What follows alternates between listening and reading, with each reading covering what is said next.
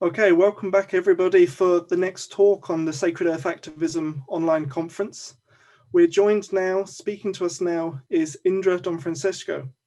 And Indra has a long experience in working with and being involved in different change movements, different protest campaigns, and more recently in working with the HS2 campaigns, particularly with the protection camps, and working with the Stonehenge Stonehenge Heritage Protection Camp as well. And we'll be hoping to hear about some of those during this talk, a bit of details about those during the talk. Please do as well pop your questions into the chat section as we go along, because there will be chance, as with the other talks, to ask questions at the end.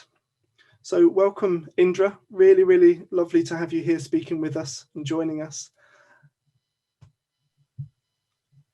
Hello, Jonathan. Thank you so much. I'm really grateful to be here. It's a privilege to be fantastic. able to talk about these things. Just to start with, then, please, just to kind of give a bit of an introduction to this. Could you tell us a bit about your journey with activism and how that's led to sacred activism for you? Yes, so I would say that in my heart, my journey has started from a young age. I think sacred activism, without knowing what it was called, I've always been and felt a connection with the planet, with the earth, and with its mysteries. And I have always felt a calling. My first, I suppose, what politicized me was the poll tax, 89 maybe, and when the police on the police horses rushed what was a very peaceful demonstration right at the end and turned it into what they called a riot, and something in me just went, this is not right. And so my journey went deeper.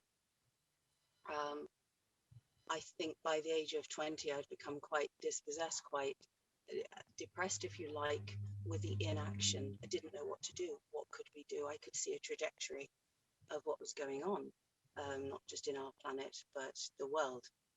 And so I left. I went and had babies in Europe, and then my mother called me, and she said, there are people that are standing in front of bulldozers, and they are stopping works. And this was the very first road protest in England, well, certainly in my lifetime. And so I came straight back home and I joined the road protest. And it was an amazing mixture of people.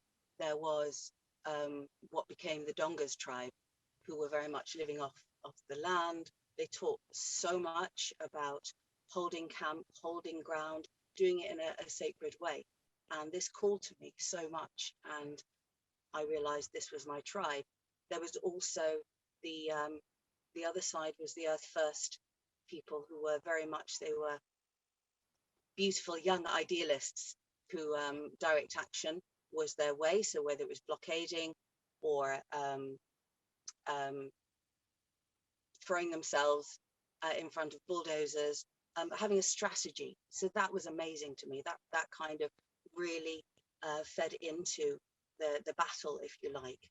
And but the two worked in harmony, and that was beautiful. So I always kind of held it in my heart that this was the best education. Then went on to about 4 other road protests. Indra, we've just got a couple of messages saying that it's a bit difficult to hear you. Was just wondering if you're able just to, if there's anything you can do volume-wise on that, just to speak that a little bit louder. Okay, is that any better? I think that's done it. Your screen is now encircled with light, which is what it wasn't a second ago. Haha, okay. Is that better? Done it. Yeah, I think that's done it. Thank you. Thank you for that. That's quite an old contraption. So yes, it taught us about living off the land and living in harmony with the land whilst we were protesting.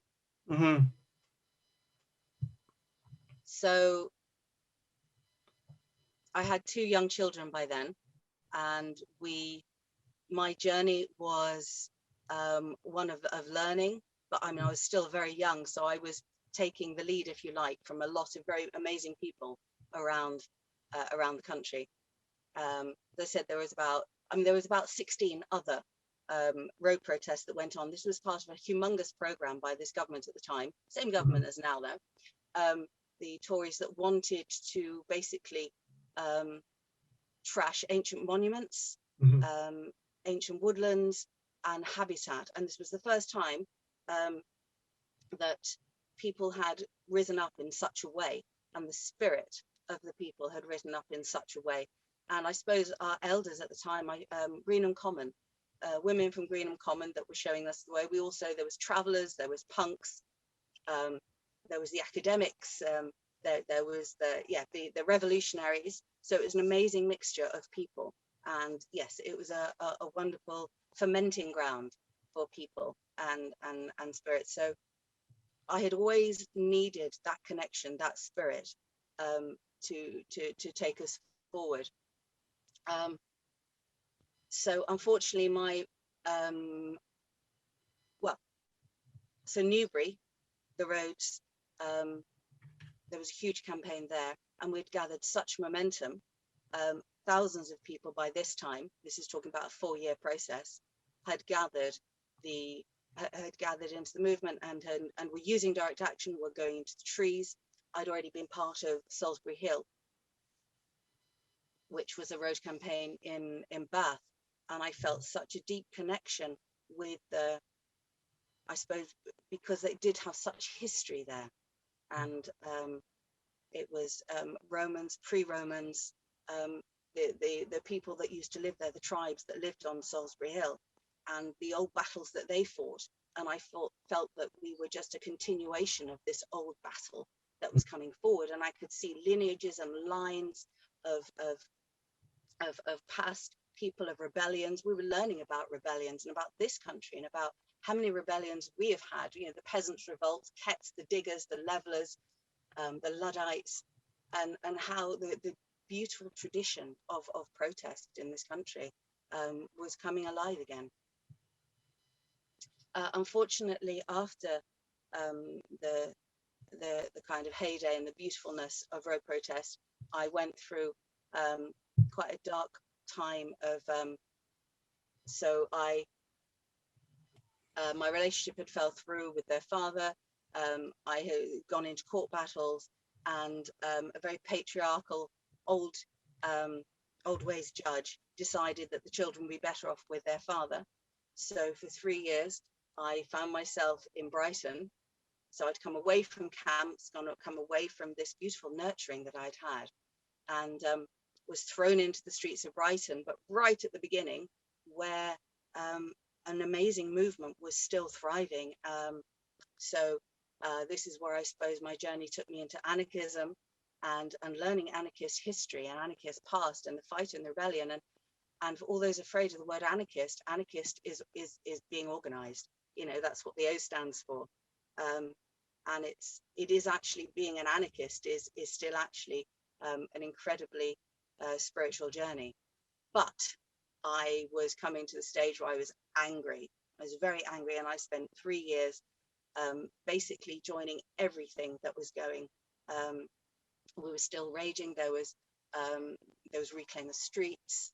There was going into Europe. There was battling warships that were coming in.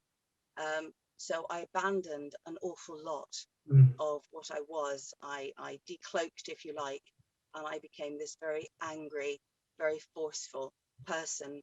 I learnt loads, and you know, I took on my Kali, if you like, but it took me a while to kind of come back, and it wasn't until I realized I was completely burnt out.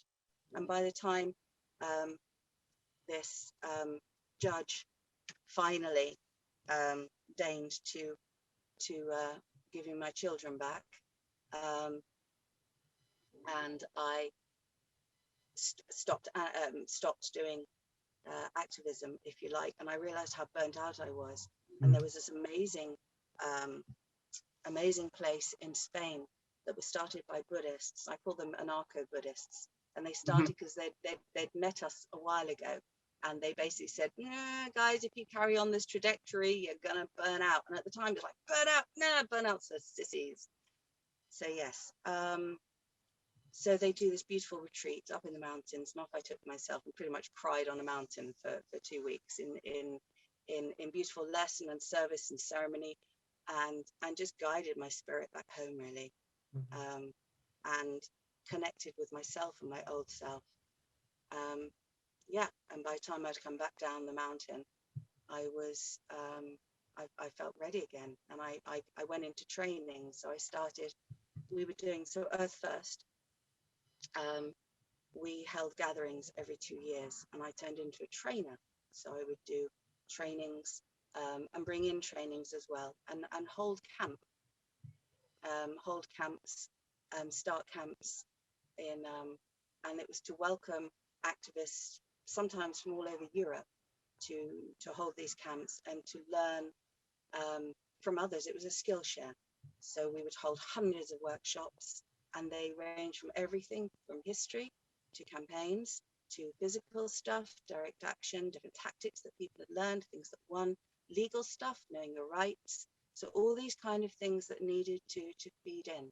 So I did that for about 10 years, but also bringing in the burnout, the self-care. We had a whole welfare thing, because before, when we thought we were invincible, yeah, we're not, apparently. I even took myself back up that mountain, and I learned how to be a trainer. If I think we're doing the same thing with the sound. If you're able just to speak up again, please. Or it might be. What? Shall I try it without this thing? Shall we? Shall we see how it is without that? Yeah. Is it better? It's gone back to illuminating your screen again. Super. Fabulous. I always like to have my screen illuminated. Okay, that's great. Well, wonderful. Low tech. Yeah, wonderful. I mean, you were just talking there about kind of the work around burnout that you were starting to be bringing into what you were sharing and doing. Yes. So I realized that with anger and with trauma and with so many triggers, we can't act as ourselves. We can't come into ourselves. I couldn't be responding. I was reacting, and it was all about battle. I couldn't be doing it with my heart. And I was realizing, going back to my old ways, that things worked when I came from my heart. Abundance happens. The magic happens, really. And I'd always worked with, I come from quite I had a very free-spirited mother, and out in the wilderness a lot. And I speak a language, if you like, of wilderness. I feel happy there. I feel at home there. I can communicate. And I didn't know what to call them, but my guides, when I'm quiet and when I'm in myself and when I'm in my center, and when I'm in my flow, then and when I ask for help, when you're in your triggers and you're fighting, when I was fighting all the time, I was rebelling. And really what you're doing is you're playing into the constant cycle of capitalism and the beast that still devours you. And until I could rise above it, I wasn't ready, So yeah, I took myself back up the mountain, and I learned how to be a trainer and how to give, and how to recognize the signs as well, because so many of my generation, my beloved generation, my tribe, are not, they're fighting in their own ways. They have families. A lot of them, it went into depression or drugs. Some are in the ground. But yeah, it was we lit a very, very bright spark, and I wanted mine to continue. No, thank you so much for that. That's a kind of over that long journey of experience of one way and the other, and now kind of having that to pass on to others in terms of building more of a resilience and keeping that grounded connection. I wondered if kind of could tell us, if you're able to tell us a little bit about kind of how that has then evolved more recently with your role and your involvement with the HS2 campaigns and the protection sites there, and now with Stonehenge. Thank you. So I've always been hungry for any kind of movements, all the battles. I mean, there was the fracking, there was the whole fracking movement, which was incredible, and the camps, and then there was Reclaim the Streets, Reclaim the Power, the Earth First Gathering. So, and then XR, and XR was is an amazing gateway still. And I became a non-violent direct action trainer with XR as well. So through that, so I heard of HS2. HS2, for those that don't know, it's a high-speed rail. It's there are 3 phases. We're doing the first phase, which is from London to Birmingham, and it is a high-speed train that has no stops apart from London to Birmingham Airport, and it's a compulsory purchasing, so it is stealing land off people, off their homes. I think over 250,000 people are having their lands, their homes, their farms compulsory purchased at a ridiculous price. 108 ancient woodlands. It's humongous. So it was the beginning of, last year. So this is where my journey takes us. I was asked to come and do a little road trip. There were 3 camps. There was one near Birmingham, one near London, and one near the middle. And we were going to do a little road show. And this road show was, I was going to be giving training with a few other people. There was Larch Malaxi, who you've probably just seen coming out of a tunnel. And there was 3 other climbers and a driver. So we arrived at HS2 ready to give these trainings, and then 2 days later lockdown happened. So it was like, oh, we're here now, okay.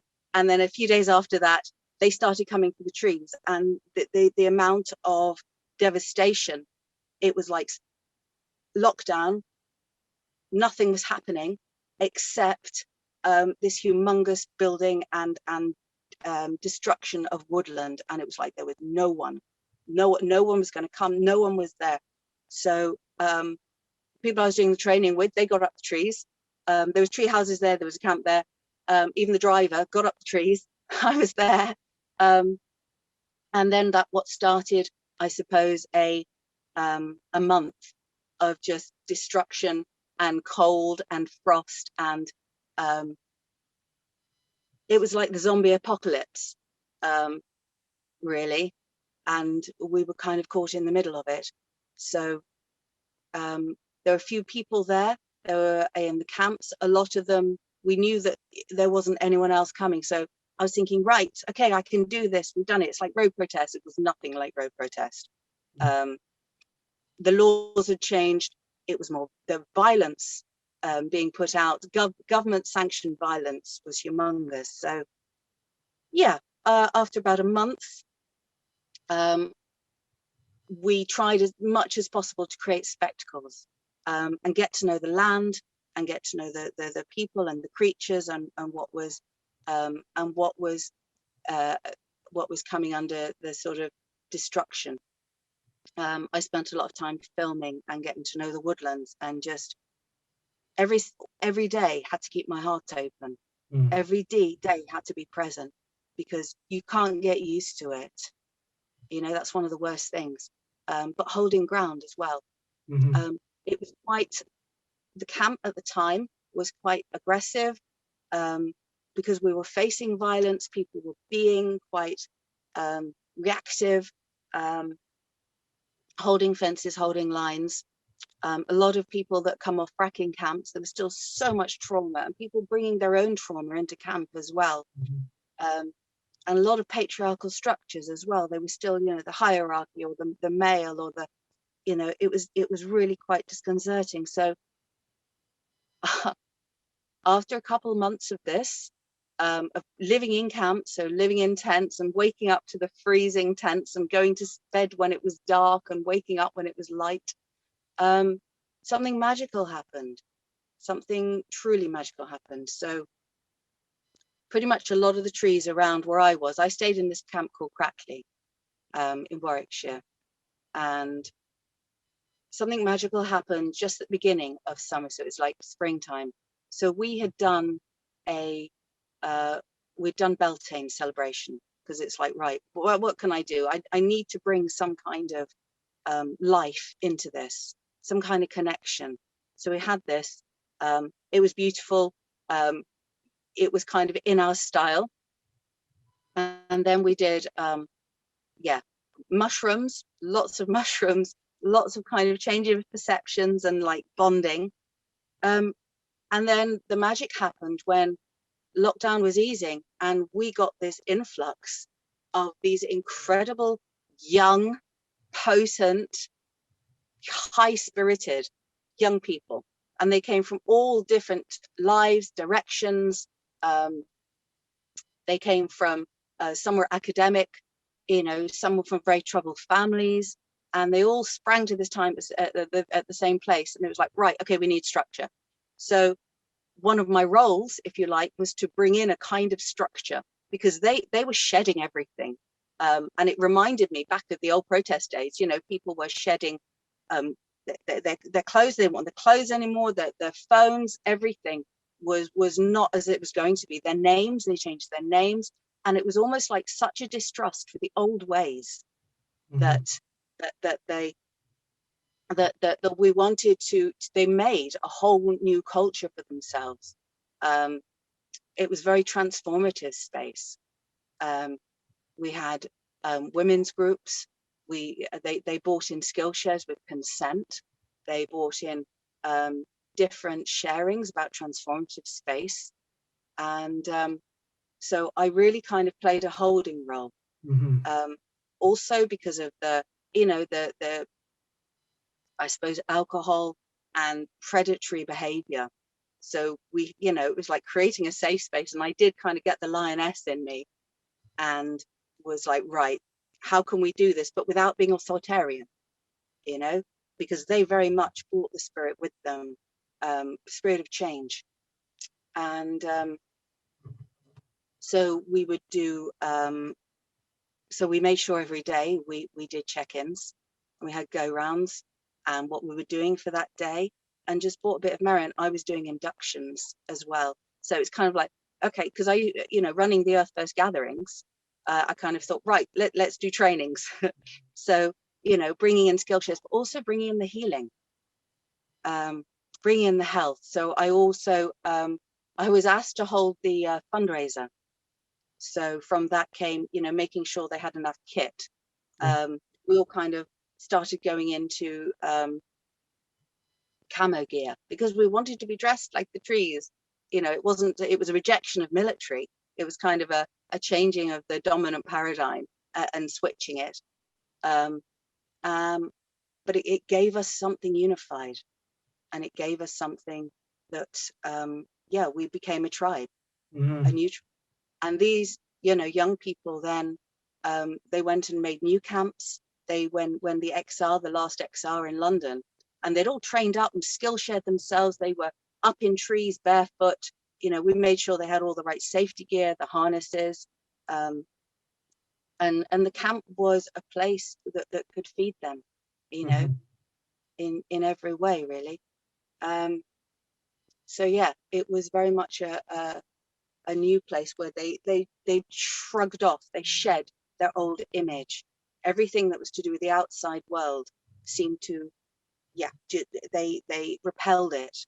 So we needed something to fill that with, and it had to be something good. And I didn't mean for this to happen, I suppose the easiest way is kind of a mother role, but not in the way that I wash their socks, in a way that, it was like, right, this is a respectful, you respect yourself. And I suppose elder came because, in the same way that Greenham Common women had been our elders, if you like. I just became somebody who, who'd been through it before. Well, absolutely. That's what really strikes me from hearing you speak there and talking earlier on about the importance of the elders around in your early days involved with the protest campaigns, and now in more recent years, you having that role there for the rest of those who are involved, which, as you describe, is mostly a younger kind of cohort of people who are there. I wonder, for yourself, still you're there on the ground in these camps, and for you, what is there that where do you draw your courage from, and where do you draw your strength to continue to stand your ground with all of this?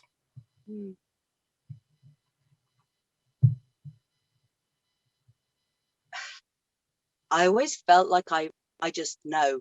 It's not a belief. It's an innate knowledge that I am guided and I am helped, and I just feel such passion and I take such courage from people around me. And when I see and feel what they do, it just gives me such hope and such love. And I have felt the utter despondency with what is happening to our world, and I don't have time. It's a privilege to ignore it. It's I don't have that privilege, if you like. The earth is in degradation. There are insane people in what they call leaders, and it is not right. And I can just like see how we have been in not just this land but across the planet, how people have stood up. And I take courage from history and from past rebellions where people have thrown against the odds. They have thrown so much, and we stand on the shoulders of giants. And the inspiration that I take from that. And life wants life. Life will continue, and I feel such a part of that. And like with at camps, what we do is rewild ourselves. So as you know, most of the people, you walk barefoot, and we can see in the dark, and we just become nature, and you realize you are part of nature. And there are people struggling all around the world. We're incredibly privileged in this country. We don't get shot for what we do yet. And I just love the battle. I feel I embrace the battle. I embrace the chaos, because in chaos things change. And the more that they are oppressing us, the more spirit I gain, because I know we're winning. And this is part of, I suppose, the sacred part. And I'm only really coming into the sacred part because I'm allowing myself, and in some ways it's the deepest courage I can feel, to go into, to hold your line in, to have a tree behind you and a chainsaw in front of you, and just know you are totally in the right place at the right time and doing the right thing, and to do it with a smile, not with anger, but to just do it with a total, I am rooted here. I am a creature. I am nature defending itself. So I take my courage in the life and the beauty around me, and the people around me, and the fact that we are totally on this path. This is exactly what we're supposed to be doing.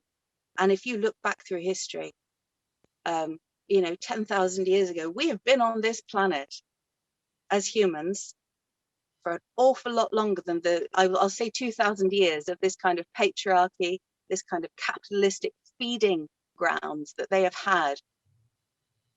And we survived beautifully, and in community. And I can see that, and I can feel that, and I get a great joy. And when I feel joy, I know it's the right thing, and the magic happens. There is magic, and I feel it, and it's a primordial, the mystery and the questions, and that, I think, what serves me the greatest, being here. And also it's like action is activation, Mm-hmm. you know, and we're activating each other. It's like when you take a space, when you hold a space, you don't ask for consent. You take a space that you know has been stolen in the first place, and you're doing something right with it, whether it's protection camps, whether you're hunt sabbing, whether you're doing a trespass, you know, you're bringing your ideas into it, you're transforming that space, and you're bringing in a transformative justice into it. And the imagination, this is why camps and holding camps, because the imagination that comes out there.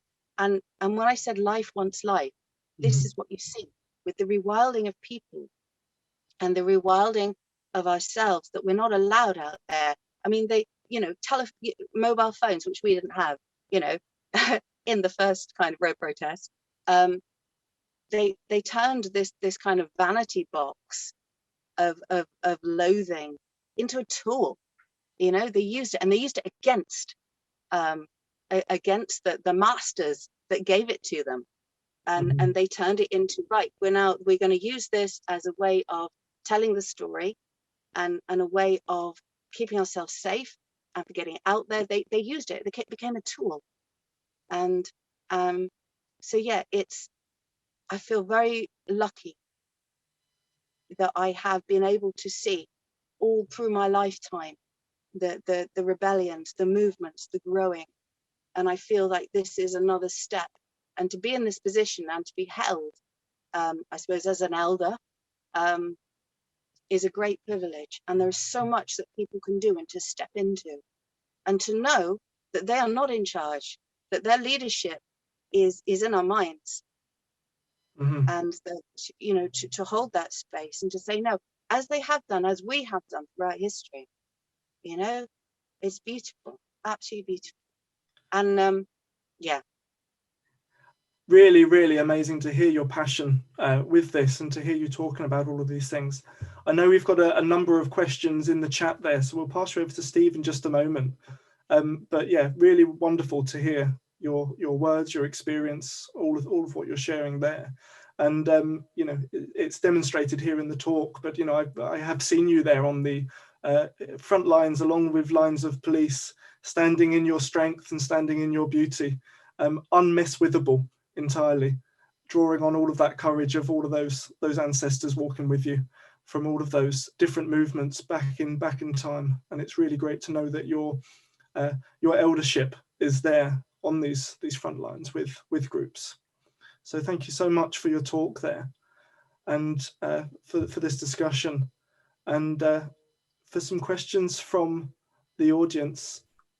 Let's have, if Steve's able to come forward for that, please. Hiya. Yeah, that was really, really good listening to all that, Indra. It's good to know some of the background and the things you've been doing. We've had some really good comments as well as questions. Hold your line, amazing. What an amazing journey, and that you've truly become a protector elder. Some of the questions, we've got one from Bikini Reese. How do you keep your heart open in the face of such violence towards protesters and the destruction of Mother Earth? I struggle a lot with this. Thank you. Yes, and I slip, and I feel the trauma and the rage. I go back to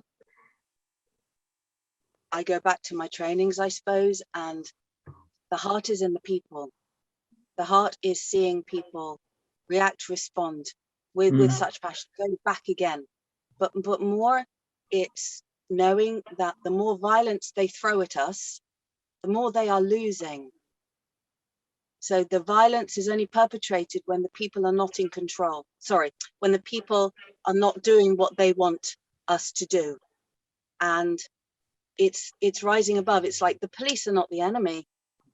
Security guards, even the national eviction team, they are, you know, they are people that are put in front of us almost to distract us and to give us this rage.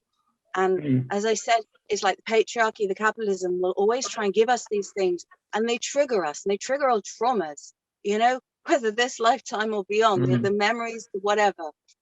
And as long as we can, so people that came into camps, you come with your own traumas, and we hopefully kind of took out what was ours and what is not. So to know when, you know, when somebody is crunching a friend of ours, it's not that we don't defend them or we don't pile in and try and drag them out, but we stay in our center, because that is the only way we will win, is by not, it's like a scorpion that stings itself continuously, you know, it's that whole, you know, that it's like you're punching yourself, or they're shooting an arrow and you grab that arrow and you stab yourself with it, you know. If we can just knock that arrow away to say, right, you know, you're coming at with aggression, you are actually, what is happening, what is behind you is the enemy, you know, it's a many-headed hydra. So yes, it's the non-reaction, the not taking it in, not taking it personally. That's a hard thing to do, I'm sure. Someone else is asking, Carlotta, where are these Anako Buddhists based in Spain? So it sounds like she's interested in joining in. So go Barcelona and go up north. They're called, gosh, what they're called? Endama. If you look it up, so it's the Dharma, Buddhist Dharma, Eco Dharma. Thank you. Got there in the end. Eco Dharma. Thank you. Eco Dharma. They are wonderful. They people who are in need, activists who are in need, and they do a whole sliding scale. They're wonderful. Somebody else commented that keeping the heart open, we allow ourselves to recognize the shadow within. Perfect. Perfect. Perfect. Exactly.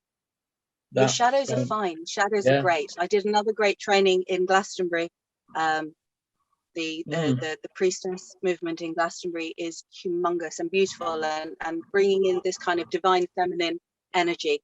And yes, I learnt an incredible, so it's feminine leadership, and it's about your non-patriarchal system. So it's also identifying the kind of patriarchy we bring with us inside, and how to basically bring up everyone as leaders. We are all leaders.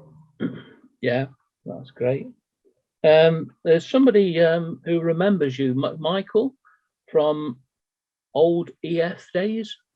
He says, how do old lags like me, his words, keep contributing without taking on the full camp thing, you know, of being actually on the camp and the whole thing that it entails? Perfect. Thank you. Hello, Michael.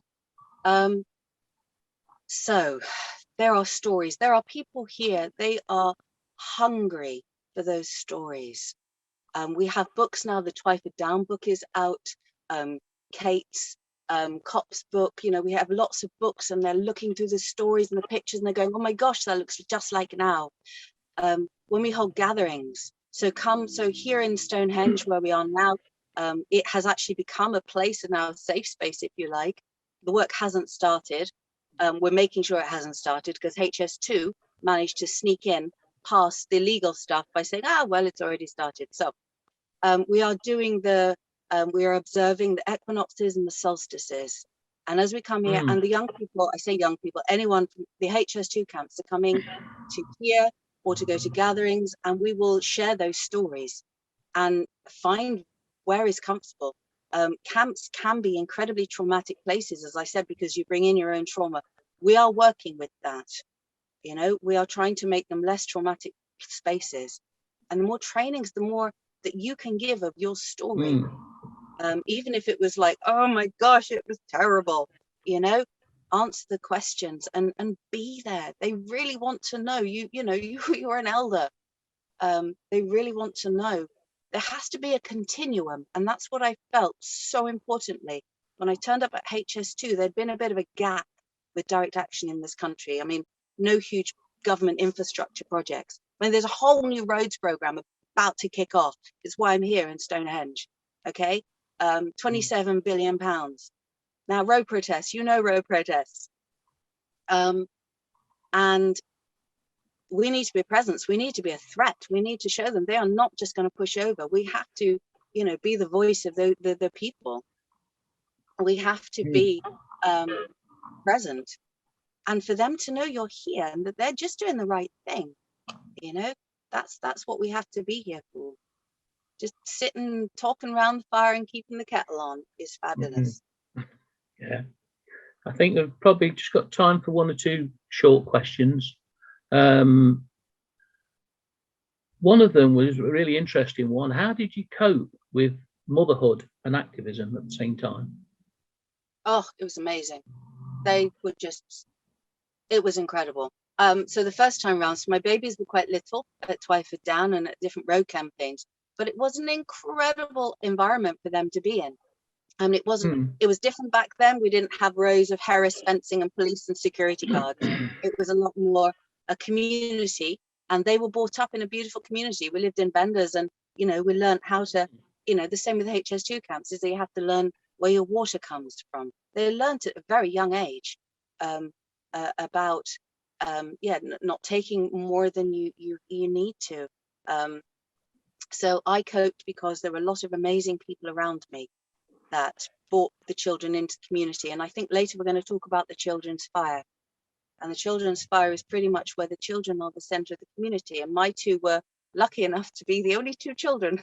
So they pretty much were the centre of our community. And I am, I tell you my secret, actually. My secret now is that my daughters are in their 30s, late 20s and 30, and they're here and they're doing it. And even though they went and did the modern world for a while, and they have all that knowledge inside of them and all that love and all that passion, and they've come back to it. So something went right, but it was the most joyous time of my life. It was difficult, obviously, with the court system and fighting patriarchy, but in the end we won.